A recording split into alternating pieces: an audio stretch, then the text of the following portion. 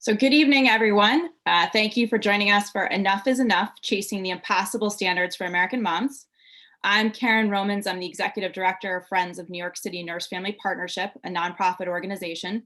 At Friends, we're dedicated to empowering moms, which is why we're so excited to have our guest, New York Times parenting editor, Jessica Grose, with us. We're going to give folks a few minutes to join. I know that despite we've been using this technology for a year, we still have some hiccups. But in the meantime, we're going to share some slides about our work here at Friends, and then we'll get started in just a few minutes.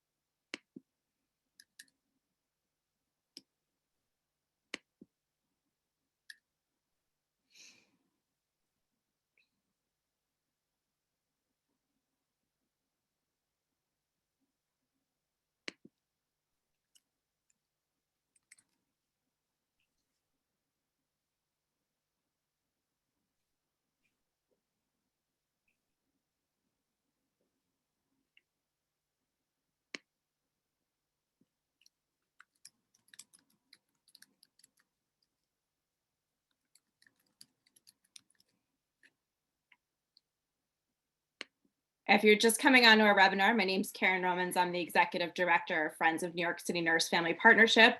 I just got a DM that somebody's very excited to be here, and we're excited you're here too. So we're just sharing a few slides about what we do, and we'll get started probably just in about 2 minutes. So enjoy learning more about how we're helping moms in New York City.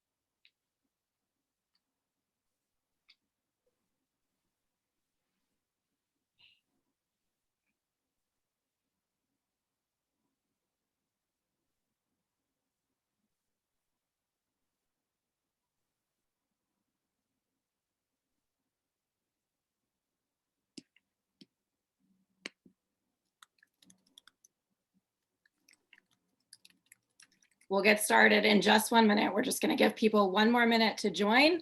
And this slide shares some of the great results from our program.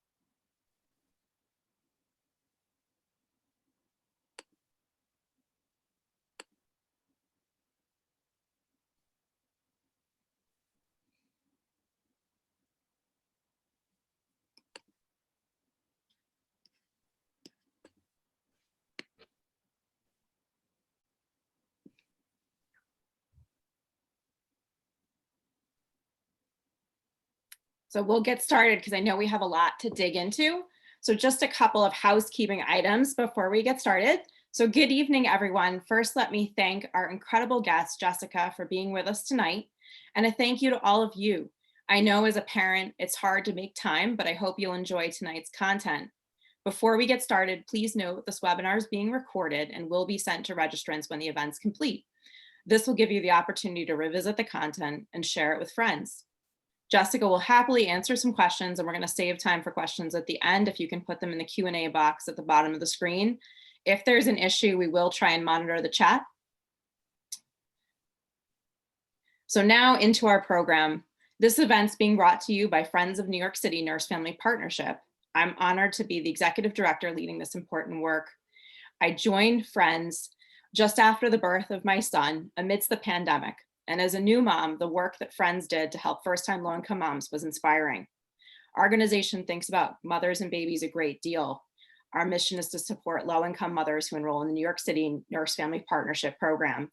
For the past year, we've been presenting these free community events as a way to help supporters and mothers in general. We are passionate about caring for mothers. For all parents, this past year has been incredibly tough. For moms in our programs, it's presented impossible choices and circumstances. We all know the pandemic laid bare the incredible inequities in our society. The support Friends provides to moms and nurses works to address those gaps so that all children thrive. Before I introduce Jessica, I'm delighted to introduce Friends co-founder, our board president, and my friend, Susan Orkin, to share a little bit about our work. Thank you very much and welcome. Am I being heard? I hope our slides have informed you a little bit about what we do, but in short, at a time when everyone is talking about injustice, our goal is to level the playing field for babies of first-time low-income mothers. I don't know about you, but I feel really good about being involved in something that provides the kind of lifeline that is so needed, especially now. And think of it, we're funding many of the things that are being proposed by government: tuition relief, financial assistance with childcare, Metro cards, and more. We target our assistance only to mothers who are enrolled in the Nurse Family Partnership program in New York. That program uses a model which is the gold standard for home visiting intervention and has been validated by controlled trials for more than 40 years. It offers mothers a private nurse from pregnancy until their child is age 2 for a total of a possible 64 visits. I bet some of you wish you had that. And we enhance that program by providing supplemental funds to help women pay for the resources they need to earn a decent living and make social connections. So my career was managing a nonprofit program for at-risk families. And when I came across NFP, I realized that it was the most effective intervention that I'd ever seen in 35 years. And then with my colleague, Chris Wasserstein, I founded Friends to add value to NFP in New York. Researchers now know that poverty starts in the womb and that a mother who is stressed can damage her baby physically and mentally even before birth. The nurses in NFP are already helping the mothers achieve success in negotiating pregnancy and parenthood. And then when we come along and remove their financial stress, something that we are uniquely doing in the country, we're dramatically improving the lives of mother, baby, and society as well. So you know that you'll be getting a recording, and it will also have a video, just one of the many grateful clients that we serve. And we hope you'll watch that video, but we didn't want to take the time from the main program. Thanks a lot. Thanks so much, Susan. So I'm really delighted to introduce our guest tonight. Jessica is a parenting columnist at the New York Times. She's working on a new book of nonfiction called All Powerful and Totally Useless: The Creation of the Ideal American Mother. She was previously the editor-in-chief of Lenny Letter and a senior editor at Slate. She's the author of 2 novels, Soulmates and Sad Death Salad. In 2020, she was named a Glamour Game Changer for her coverage of the pandemic and insight on pandemic parenting. A writer for today's parents, her writing, especially during the pandemic, has been relatable, real, and humorous. Welcome, Jessica. Thank you so much for having me. I really appreciate it. No, we're so glad to have you here. So I'm going to ask you some questions and we'll hopefully get into a good conversation. Great. Yeah, so we contacted you because we were big fans of the Primal Scream. About a month ago or 2 months ago, our development committee was sitting down and we were brainstorming, what could we do and what could the next thing be? And we've all loved the Primal Scream piece. It resonated with us. How'd you come up with this idea? And can you tell me, maybe our audience who hasn't seen it, a little bit about this incredible multimedia piece? Yes, absolutely. And thank you so much for reading and enjoying it. The Primal Scream came out in February at the New York Times, and it was both a multimedia package and a print special section. It was meant to reflect the difficulties of mothers during the pandemic, which had, at that point been somewhat underreported. While there would be headlines every couple months about how difficult it was, I felt as a creator of parenting content and the writer of some of those stories, there was not the national outcry that I think was needed for how difficult the struggle was for so many women. Because when society shut down and so many of the structures of our lives just fell apart when quarantine began, mothers were sort of expected to be there to pick up the pieces of schools closing, to support their families through working, to support elderly parents who might need extra help. And so I myself obviously was also a pandemic parent. At the time, my kids were 3 and 7. And there was a point last summer where I was changing the laundry from the washer to the dryer while listening to a conference call on my headphones while my children screamed in the background because they were hungry for lunch. So I dropped the laundry and I went over to start making them lunch. And I just felt that there had been nothing I had read or seen in any context that really expressed how full to bursting every single minute felt of pandemic parenting. And so I really wanted to create an experience that expressed that to people who are not living through it themselves. And so I started collaborating with some of my colleagues. And honestly, this was an extremely huge, very collaborative project that I think 15 people worked on. It started with assigning the sort of main piece of it to an amazing reporter named Jessica Bennett, who followed 3 mothers from different parts of the country in very different circumstances for 6 months. And as we sort of developed the different parts of the package, so I wrote an introduction that kind of got all the statistics together and expressed how big a problem this was, how many jobs lost, the mental health pressures on women and their children because of, financial pressures, because of, just all of the help that you have in raising your kids that you don't even think about had just all fallen away. And so we were talking about how to really express this and how to get through to readers how it felt if they weren't living through it. And we came up with the idea of opening a phone line that we called the Scream Line. And we invited anyone from across the country to just call in and rant or yell or cry or laugh about how hard pandemic parenting was and how they were feeling that day. And we, at this point, have over 1,000 calls. We culled some of the less profane ones because the Times has very strict profanity rules. And we made that audio the first thing that greeted readers when they went to the page that had all of these different articles on it, because again, we wanted to get across just how crazy it felt to be trying to parent and trying to hold everything together when all of the systems had fallen apart. So that was a very long answer, which hopefully answered that question. No, it totally did. And it was funny going back to the hotline, because I remember seeing that and we talked about it in our development committee call. And I was talking to my husband about this in the car, and we talked about just the title of the article, The Primal Scream. Yeah. And that definitely does not sugarcoat anything. Yeah. Did you come up with that, or did that stem from this idea of the hotline, or where did that? So we actually had been talking about doing some sort of call-in line because we wanted our readers to be involved. We wanted it to really be a conversation with so many mothers across the country.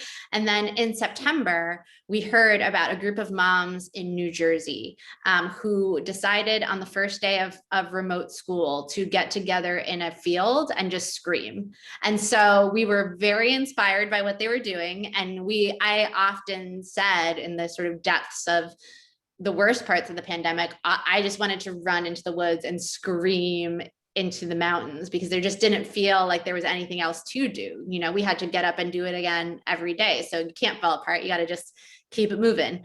And so we were very inspired by those women in New Jersey, and they sort of, to us, really expressed that feeling. And so we, you know, credited them as our inspiration, but we had been sort of talking about the phone line, and they just sort of came together as a goal.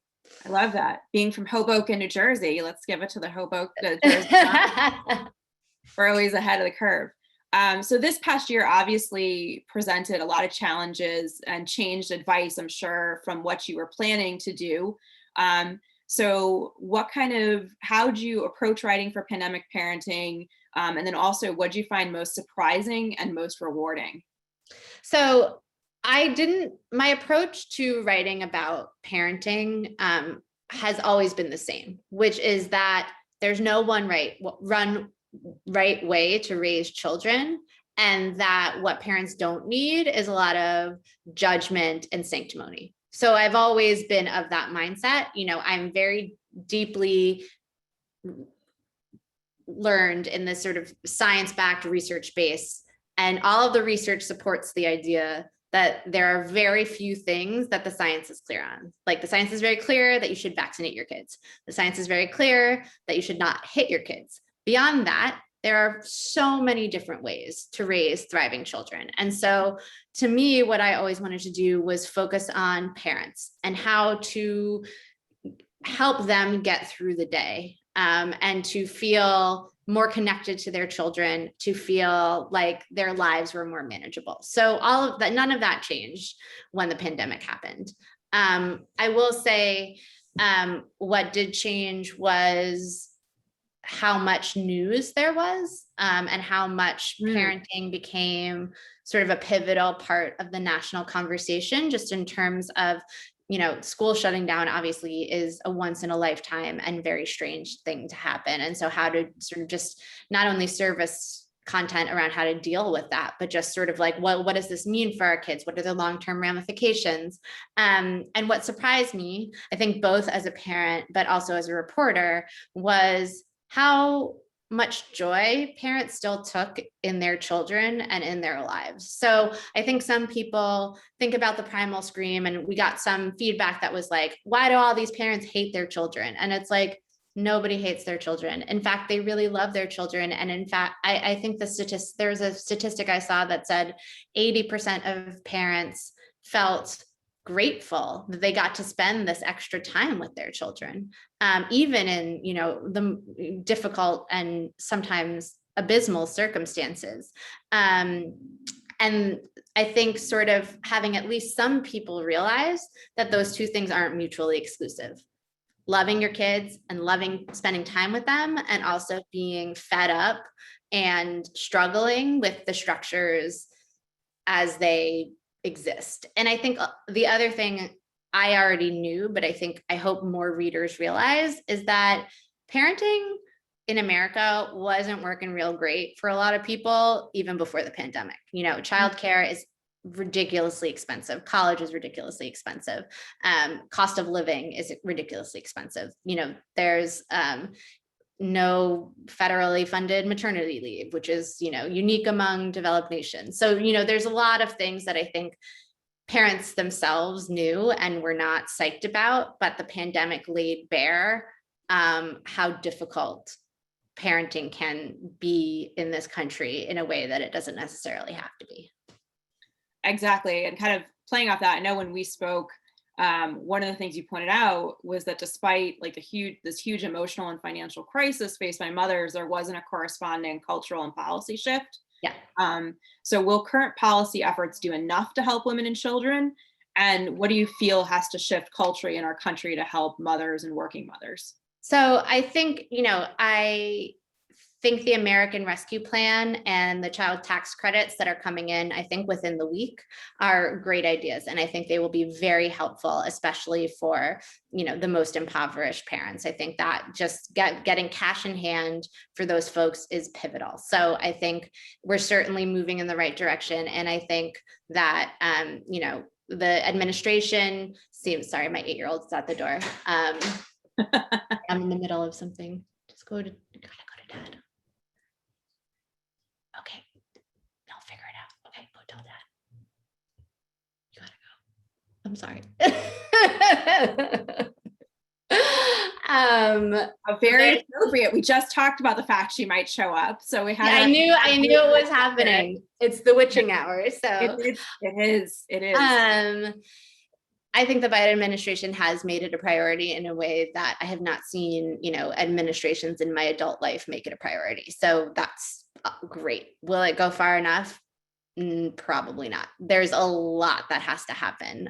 Just even from day-to-day interactions where there is this sort of feeling here that I think, experience in other cultures, other societies, that you have to be sort of constantly on guard and apologizing for having your kids exist in a public space.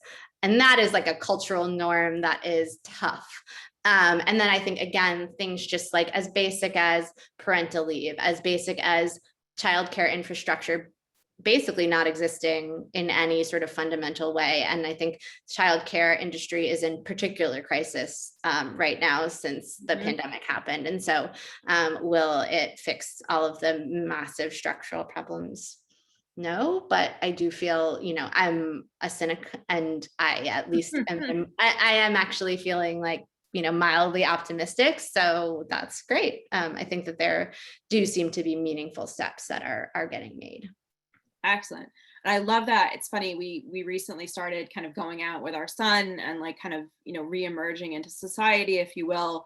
And that's interesting. I feel like every store I go into or every single thing that I do, I end up apologizing for like if he moves or if he goes to the counter, if he's not supposed to, or if he grabs something. So I spend like, I think I'm sorry is uttered in slurs, like, more than, what I need or what the order is. So that's, I mean, I don't even, now that my kids are older, I still don't even relish getting the next time we get on an airplane, because the whole experience is just like a permanent cringe. It's just like, who's going to give me a dirty look and possibly yell at my children for being children? Like it's, I think we don't acknowledge the sort of cumulative stress that puts on everybody that just is not necessary to be there.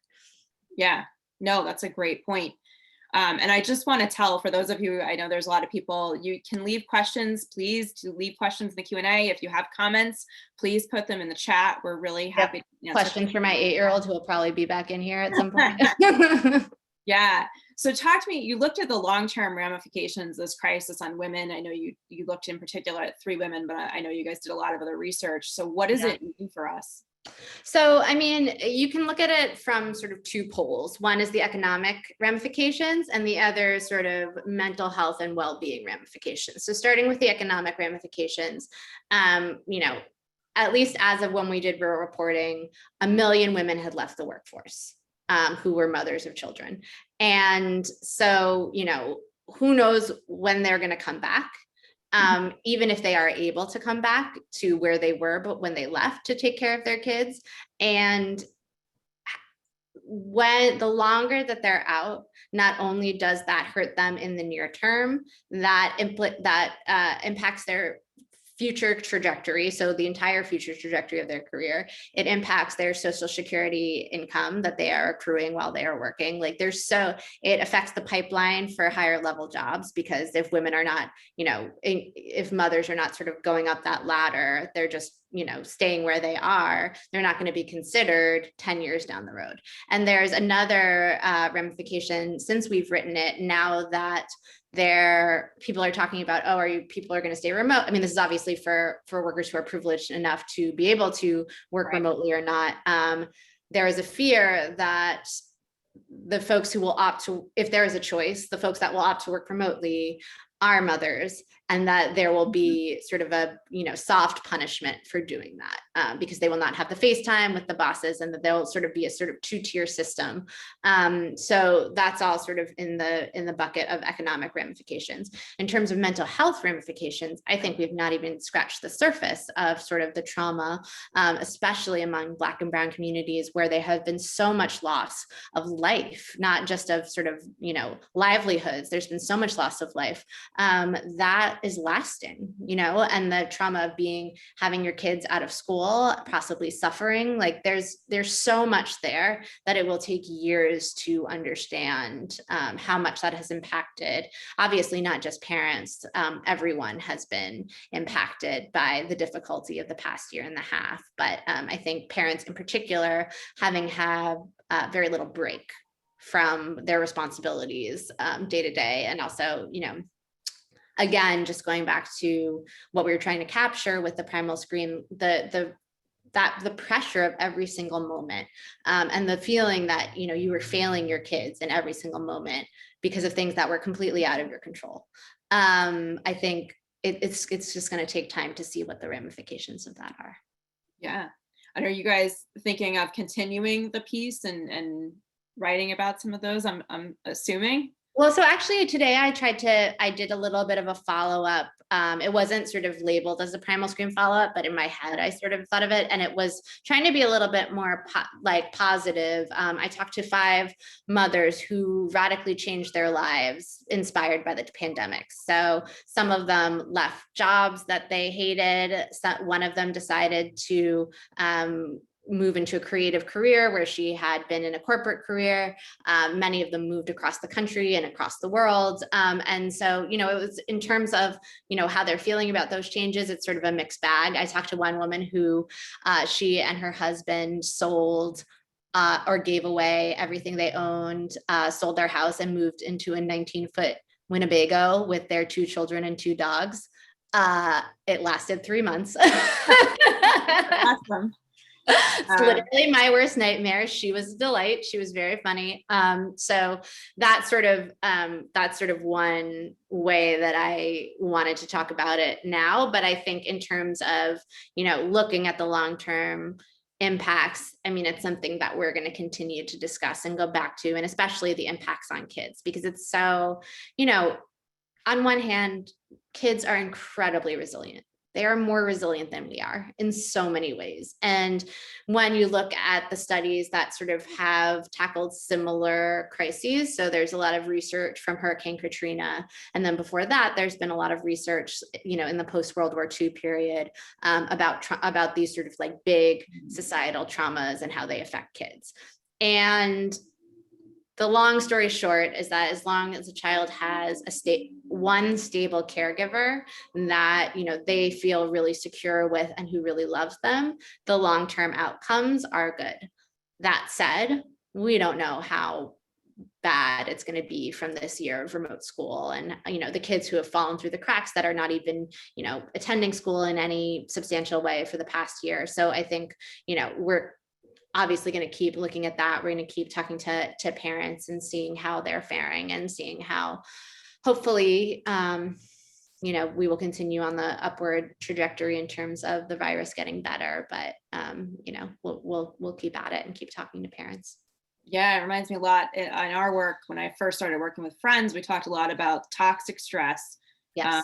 And how that toxic stress can affect, that poverty starts in the womb. And that's kind of, I think, one of the things I thought was most interesting with Friends. I worked 20 years now in social services. I always felt like when I interviewed with Susan, I told her I thought that I always ended up on the end of the spectrum when somebody had domestic violence, homelessness, like a lot of the things that are preventable.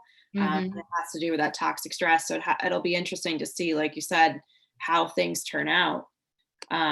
So I know you also did some really interesting work. You pointed out the crisis hitting certain groups, Blacks, Hispanics, and single mothers hardest. Obviously, we see that in our work as well. But additionally, you wrote another piece on diaper need. Can you tell us more about what you found with that piece, and then just kind of in general on how it's hitting these particular groups?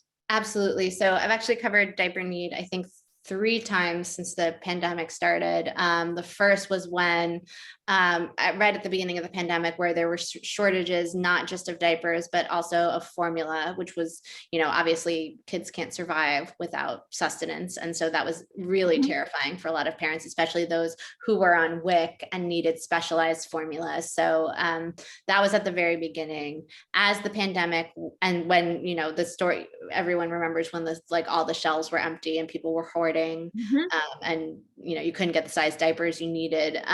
So as the pandemic wore on, I talked to a lot of diaper bank executives, and their need had just skyrocketed. I talked to the executive director of the Austin Diaper Bank, and she said that year over year, the need had increased 300% since the beginning of from 2019 to 2020.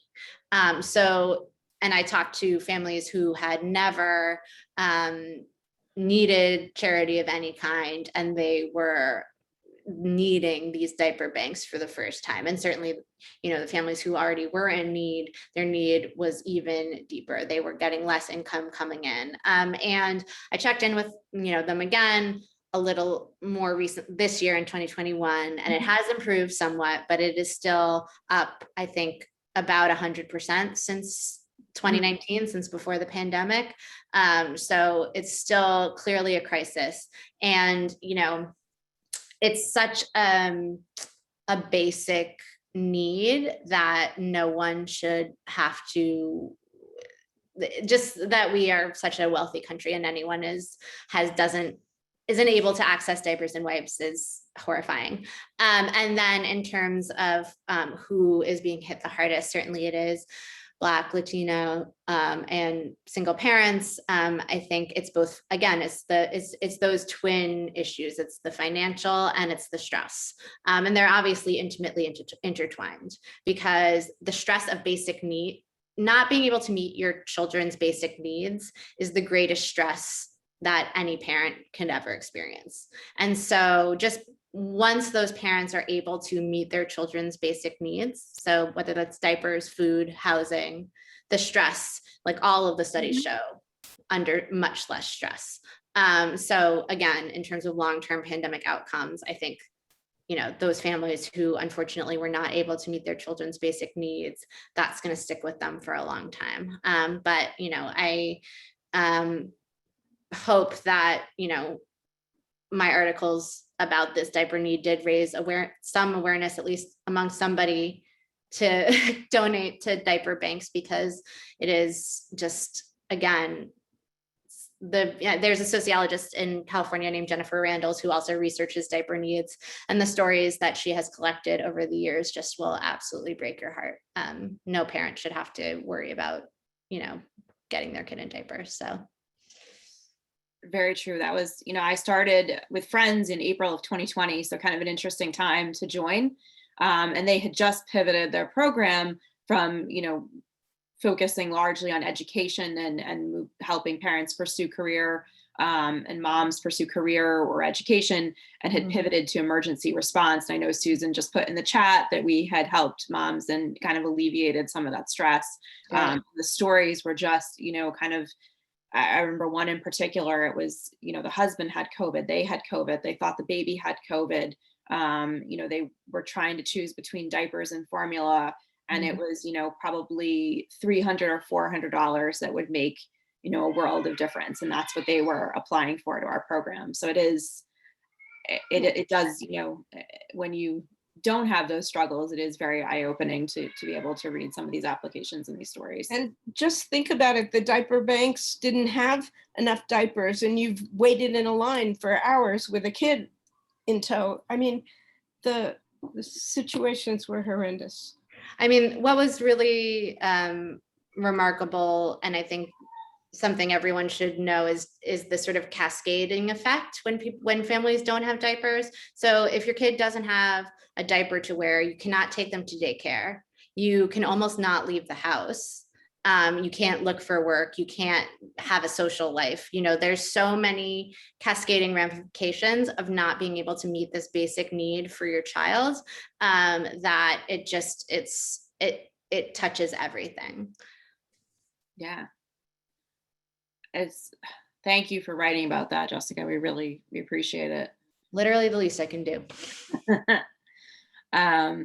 So when we talked initially, you'd said that some of the reactions to the piece and some of the things that have happened since had made you hopeful in conversations about motherhood and how difficult it might be to make a shift. Are you still hopeful? And if so, what makes you most optimistic? I am somewhat hopeful. I think that there is a lot more empathy. I think a lot of people from all walks of life now know intimately what it is like to have to support your children 24/7. So people who, in the past could have thrown money at the problem, there just was no buying your way out of the pandemic. Everyone was sort of in the same boat, having to educate their kids, having to spend all day with their kids, having to sort of manage their lives when, nothing else was happening. And so I think that there was a lot more interest and empathy in, what people were experiencing. I also think that it made some spouses or partners who were perhaps not as involved in the day-to-day with their children realize that their wives were drowning and that they really needed to, get it together.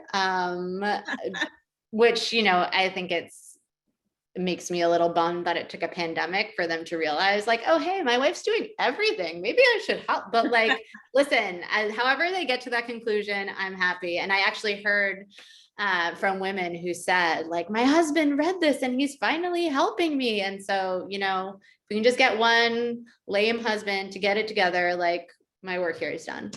So, hopefully, if those two things, I think are, oh goodness, one sec. What's wrong? Oh gosh, where's Dad?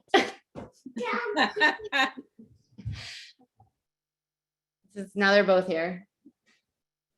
Can you gather them? No, I'm not done. Sorry. That's okay. I think that's probably good timing for, Yeah. That was, it's funny, speaking of spouses, and I know my husband will kill me. He wanted one question taken off, which was the mental load of parenting, speaking exactly about that. We talk about that so much in our house. Like my husband frequently comes in and said, I thought your call ended at 8:30. And I was like, it ended at 8:15. Like, what call do you have that ends in 15 minutes? So, we talk a lot about splitting things up. But I always am trying to remember how long he should nap, how much milk he's having, managing his schedule. So I know you wrote about that recently in your Lazy Person's Guide to Domestic Equality. What inspired that? And then what can mom and dads do with that kind of idea of this mental load? So I like to joke that I lead the New York Times in passive aggressive forwards, like people just forwarding my emails to their spouses.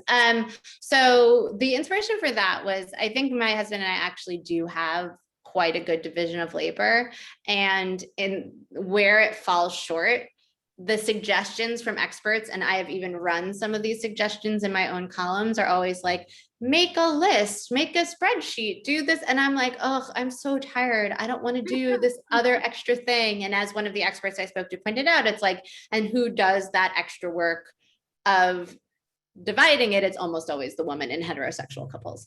And so I put out a call, and I wanted to talk to couples of all different sort of constructions to see who felt like they had a good, a good division of labor that they were happy with, and just get, talk to them about why they thought that their division of labor worked. And really the key to all of it is just having open conversation and not staying quiet when you feel the division is off. And the other sort of big revelation to me, which I had sort of danced around in other columns and thought about before, but it was never so stark as when I did this reporting, how much, even if within the walls of your own house, things are completely equal, if you are in a relationship with a male presenting person and a female presenting person, you have to train the outside world to treat the male presenting person as the equal parent. Like so many of these couples said, I had to tell the doctor's office, I had to tell the teacher, stop emailing me. You have to email my husband. Like you can't, like, because they will all, the outside world will almost always default to the mother. So the amount of sort of additional training that you have to do with all of these people that are interacting with your family was, again, I sort of had, it had passed my mind before, but it really became stark in this reporting. So I think that's something that husbands can do. They can say, you know, loop them in on the email and say, like, talk to him, leave me out of this. I mean, in our own house, my husband deals with the pediatrician appointments. I'm like, I'm not, this is yours. This is your bucket. I'm not dealing with it anymore. They still call me. Yep. You stop calling me. I thought we made this clear. So there's a lot of outside training that you have to do. That's interesting. You know, like they're doing one parent now. We'd gone to the pediatrician's office and, you know, I was kind of, my son's only 1.5, hates, you know, the shot. So I'm holding him, he's squirming, and they wanted me to fill out, you know, the paper forms with all the information about, and my husband was sitting in, you know, the waiting room. And I think when I went out and spoke to him, he'd asked 3 times if there was anything he could be doing. Right. Because he's, you know, God bless him, he does want to help as much as he can. And it was still, they had all the forms with me. And I just felt like that, speaking of the primal scream, felt like I was going to lose my mind. To him, make sure he wasn't touching anything, that he hadn't ripped my mask off so that the nurses didn't feel unsafe, and make sure that, you know, we were trying to fill out the information as accurately as possible. So it was funny. I'd left the papers and the pen, and they said something like, well, this isn't filled out. And I remember thinking like, no, it's not. And leaving with him, because I was just like, I wish I'd had the wherewithal to say, like, bring this out to my husband. He's sitting there. And we just got a comment that division of labor is hard. You know, it is really hard, Gina. I agree. Really hard. And it's, I mean, the other thing that I think important takeaway from that piece and just my own experience is it's a constant negotiation. The circumstances of your life change. You know, I went from working freelance where I had tons of flexibility to when I worked freelance from when my older daughter was born to when she was 3. And then I went back to a demanding staff job, and our entire balance was like, had to be completely reassessed. And so it's the idea that you're sort of having to constantly renegotiate. And if, you know, your feelings might change, like you might be happy with it, and then you're feeling, you know what, I have some extra responsibility at work, or, you know, one of our kids is really struggling right now and we need to address that. So it's not sort of a set it and forget it thing. It's something that you have to keep talking about, even though I definitely would rather just be watching Bravo at night instead of talking about division of labor. It is necessary. 100%. So we had a really good question in the chat that from Michelle. She asked, have you noticed through your work or personal experience any particular pros or cons to parenting in the city? That's a great question. So I grew up in the suburbs. My husband's a city boy. When we had our second child, I was like, we can't stay here. And he really wanted, I live in Brooklyn. He really wanted to stay. And I'm really happy that we did. I love the ability to walk everywhere. I love that our kids' school is 2 blocks from our apartment. I love, you know, not being encumbered by so much stuff, by the car, having to drive everywhere. In New York City specifically, obviously, everything is more expensive and a bigger hassle than literally anywhere else. So like you're building that into the equation, but just like the crush of people, the excitement that you take your kid to the playground instead of having them, you know, alone in the backyard, which always seems sort of lonely to me, even though it wasn't as a child. Like as an adult, I'm like, I want the people around. So, and just in terms of in the before times, commuting, we would spend so much less time. We would have spent so much less time with our kids if we had moved to the suburbs, just because we had jobs that required us to be in Manhattan. Obviously, that calculus has changed for a lot of people, but I think it's been really great for us. But it's really, you know, your mileage may vary in terms of that's such a like personal. You know, some people really want more space, and it helped us that we had 2 girls because they can share a room forever. And they might have to. Sucks for them, but That is good. Well, thank you, Michelle, for that great question. I hope that provided the answer you were looking for. So I'm going to go to one more question in the chat from Christina. So you talked a lot about the impacts of the pandemic on the mental health of parents and how that's going to continue to be assessed in the coming years, given the uncertainty of the impact. What advice do you have for mothers that they can be doing to try to help manage some of the issues? And also, what have you heard mothers doing that they have found helpful and that other mothers could learn from? The biggest thing that I can say to any parent, before or, after the pandemic, during the pandemic, is ask for help. Always, never be afraid to ask for help. And that's going to take a lot of different forms. Obviously, in the deepest part of the pandemic where you couldn't see anybody, maybe that meant, having your kids FaceTime with their grandparents for half an hour, just so you could do anything else. If you were lucky enough to have a partner, that means taking, really being self-aware of what your breaking points are and being able to articulate like, hey, I need to take a breather. I need to step away. I need to, do this thing for myself. If you don't have a partner, if you're a single parent, obviously that is more of a struggle, but then it's relying on friends, it's relying on family, it's relying on neighbors to provide that sort of additional help and support, and finding your community. I mean, I know I've talked to so many single parents who have communities of other single parents that they rely on as sort of, whether it's like a babysitting co-op or, just creating the systems that don't already exist for parents. But again, like, it all comes back to being self-aware and being able to ask for the help that you need. Obviously also therapy, but I can say, like, I would love to be in therapy right now and I don't have the time, which it's like, that is part of the problem. But so I like therapy. It is hard to find a therapist. It is expensive. So I feel like that's something that everybody says, but is much harder to actually do and practice. But always good to have therapy. Yeah. And I think that actually leads really nicely into, so thank you, Christina, because I'd had a couple of questions for you about self-care, because you wrote another piece like right in the beginning of the pandemic before Primal Scream that was also, I think, everywhere on, I saw it on the Hoboken Mommies and the Jersey City Mommies, because that's where I am. And it was called Crying in Your Car Counts as Self-Care. What do you think kind of resonated, and how important was it to be talking about self-care during this pandemic? Well, I mean, I think at this point, self-care is like a meaningless cliche and it doesn't mean anything. It's like, take a bath. It's like, oh, Jesus. Like, so I acknowledge that, first of all, but I think also just, this is also a cliche, but sort of just saying like, it's okay to not be okay. No one, that was written in like April 2020. No one was okay at all. And sort of, in certain times when things are really hard, it is going to be, it'll feel almost impossible to find any space for yourself when you have kids, especially because your kids are just, unending buckets of need. They always need something else.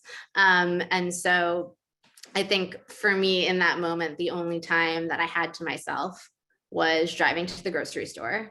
And I would take an extra 20 minutes and get a coffee and just cry in my car, and I would listen to whatever music I wanted to, and it felt great. So, I mean, I think crying in your car is sort of shorthand for like, sometimes you will only be able to have stolen moments to yourself. And whether that is when you are taking a shower, when you are when you've dropped your kid off from school and you're taking the walk back, and being able to sort of acknowledge and savor those like small periods of time that you might get, because it's not practical and it's not just possible, I think, for a lot of busy parents to get sort of big blocks of time to do what they want and act how they want. So just really trying to find those little, wedges of moments that you can have to yourself and get, the catharsis that you need. Right. So, and then as we return to kind of the normal, what are some of the challenges that you think are facing parents? Well, I think one of the things that's tough is there's still so much uncertainty. I mean, like I said, I live in New York City. My kids go to, they go to New York City public schools.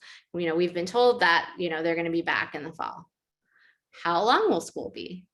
Are they still going to have the like 3 feet distance? Like, is school going to be, 8:30 to 3 the way that it was before? Or am I going to have to deal with a shorter schedule? Like, just like there's so many little things because the virus is still around that are uncertain and make it hard for all parents to sort of just plan their lives and what they're going to look like. So I think that that's really tough. And then I think, going forward, it will hopefully go back to the old things that were hard, balancing work and figuring out how to pay for childcare and all of that. So For sure. Exactly. So, and then how close is your writing to your own parenting philosophy? it's pretty one-to-one. I would never say anything. I would never write anything in a column that I would not do myself or that I would not say to a friend. And I also, sometimes I think it's funny that I'm the parenting columnist because I don't believe in parenting advice. I mean, I do, that's a sort of overstatement, but I think parenting is your intimate relationship with your children who are their own little people. And every family has its own dynamics and its own personalities. And so certainly there's like blanket advice and general advice that you can give people that is helpful. But at the end of the day, it's just about, these relationships that you're building with these people that you are sort of blessed to watch grow into the people that they're going to be.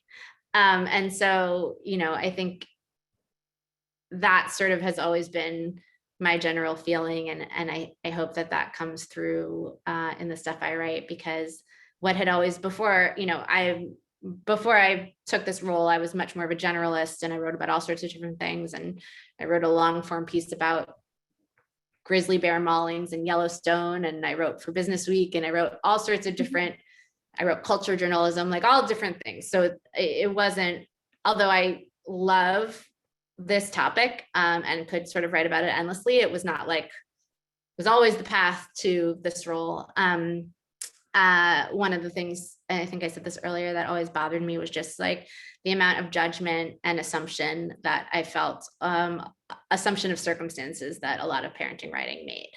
And so, my hope for anything I say or anything I write is that I never want to make anyone feel worse about their parenting after they've read or listened to anything that I've said. So hopefully the advice always makes room for a lot of interpretation and a lot of maneuvering for whatever your family circumstances are. I think that actually dovetails nicely into a question that we got in the chat, and I've been answering some of the questions. I will get to all of them, whether they're in the Q&A, so keep popping them in there. And I think this is an amazing question. I was trying to find the right time to ask it from Betty. How do you deal with different expectations about parenting roles from grandparents or in-laws? So that's such a great question. It is, isn't it? I think it's a great question. I have a sort of blanket. I deal with my parents and you deal with your parents. Like, I'm not dealing with those people. I love them. I have the best in-laws. Like, we have a great relationship. But if there's ever sort of a breakdown in communication or disagreement, I'm not the one doing the confronting. Like, that's your problem. I'll deal with my people and you deal with your people. So I think as like a blanket rule, that's like step one. But I think, it is very hard. I think one of the hardest things when you become a parent is realizing that you get to create your own family and you have your own values. And sometimes they're not going to align with the values of your family. And so it is really hard when those disagreements happen. But at the end of the day, you need to be able to stand up for, what you believe is right for your family. So, I usually diffuse situations with humor. Your mileage may vary with that. I'll tell you a funny story about my own, a funny clash that I had with my mother-in-law, less about parenting roles and more about sort of expectations. So my kids, when they were little, never wanted to wear pants at home. So they would just run around in a diaper. It's kind of like, who cares? And this was like not civilized to my mother-in-law.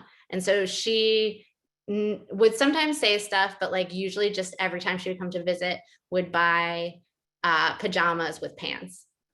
And she would buy like all different kinds of soft pants. It's like, do you want to wear these pants? And I'm like, these kids just don't want to wear pants at home.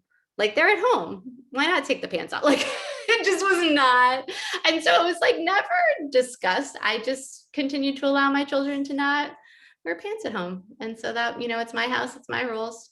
You can run around in a diaper at my house. So I think, it is really hard and it can be very painful. When you feel like you're not living up to, your own parents' expectations. But at the end of the day, it's your house, your rules. No pants. No pants it is. Betty, thank you for that question. I hope that was a good response for you. I'm not going to touch that with a 10-foot pole. I'm like, oh God, I hope my mother-in-law is not here or anything. I love her very dearly and she is a fantastic mother-in-law. I mean that. Excellent. So I have a couple of questions, and then we're going to talk about just for 2 minutes about your book.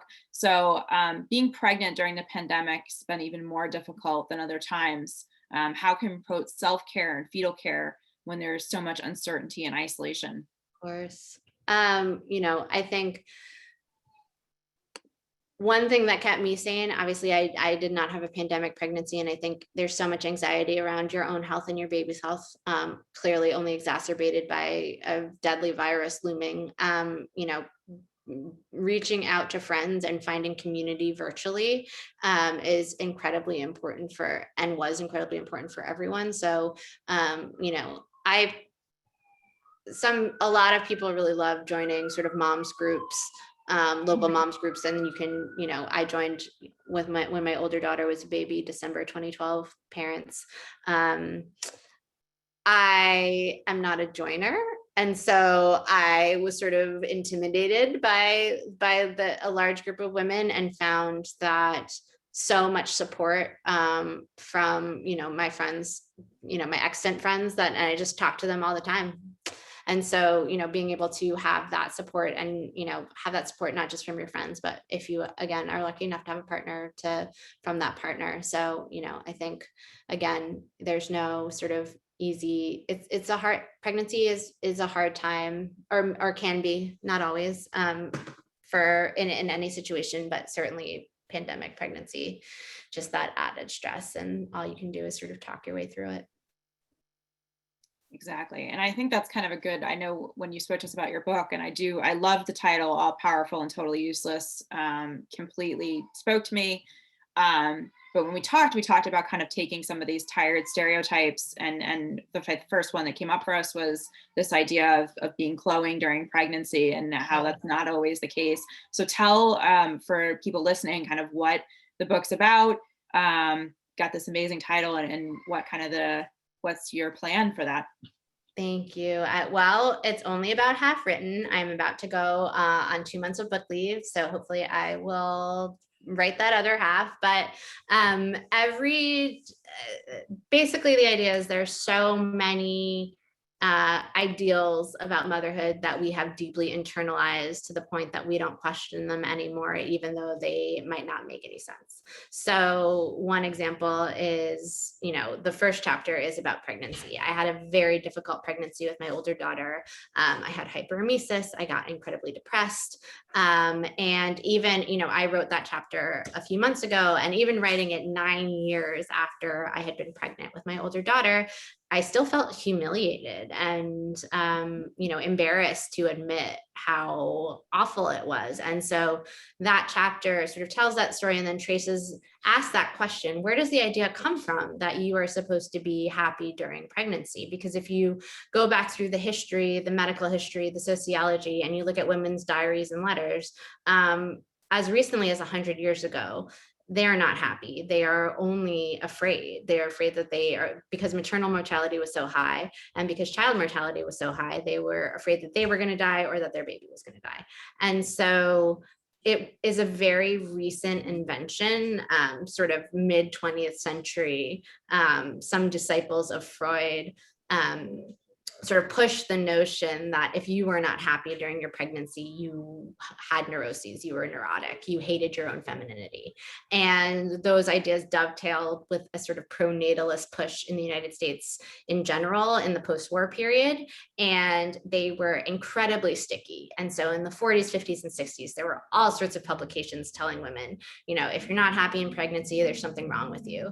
And even though they certainly have, those ideas have certainly been debunked, they are still very present, I think, in our minds and in a lot of the messages that we're getting. And so every chapter sort of takes a different idea like that, where it's just like, oh, of course you should be happy during pregnancy. And it's like, really, I'm barfing all the time and I feel terrible. Like, yes, I'm happy that I'm going to have a baby and I'm, you know, really glad that I'm going to be a mother, but like, I feel awful. So, and certainly, again, not one size fits all.